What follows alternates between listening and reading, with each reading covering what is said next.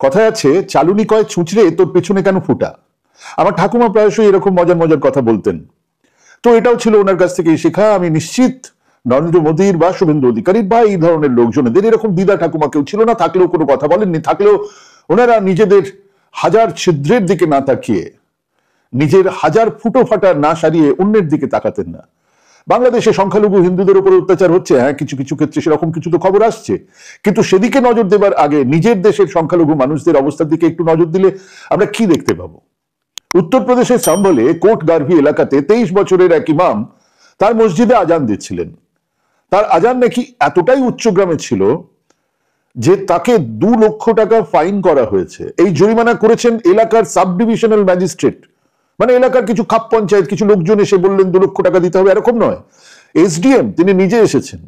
এখন এসব তো গোপনে করা হয়নি, প্রকাশ্যেই করা হয়েছে, প্রকাশ্যেই জরিমানা করা হয়েছে। এমনও নয় যে ওই ইমামকে বলা হয়েছে যে কেবল জরিমানাই হলো। ওই ইমামকে বলা হয়েছে তিনি আগামী 6 মাস আজান দিতে পারবেন না।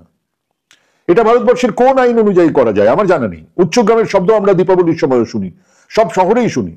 আজ অব্দি 2000 টাকার জরিমানাও কারোর উপরে হয়েছে বলে আমার জানা নেই। আর আগামী 6 মাসের জন্য সেই তাহজিব, সেই ইমাম আজানই দিতে পারবেন না, এমন আইনই বা কোন দেশে আছে? আমাদের দেশে তো এরকম আইন আছে বলে আমার জানা নেই, কিন্তু মহন্ত আদিত্যনাথ যোগীর আমলে এরকম তো কতই হয়েছে এবারেও।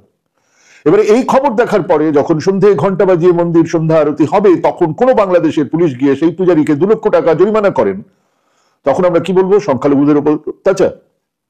যদি তাকে বলেন যে আগামী 6 মাস আপনাকে পুজো করতে দেওয়া হবে না, তাহলে কি হবে?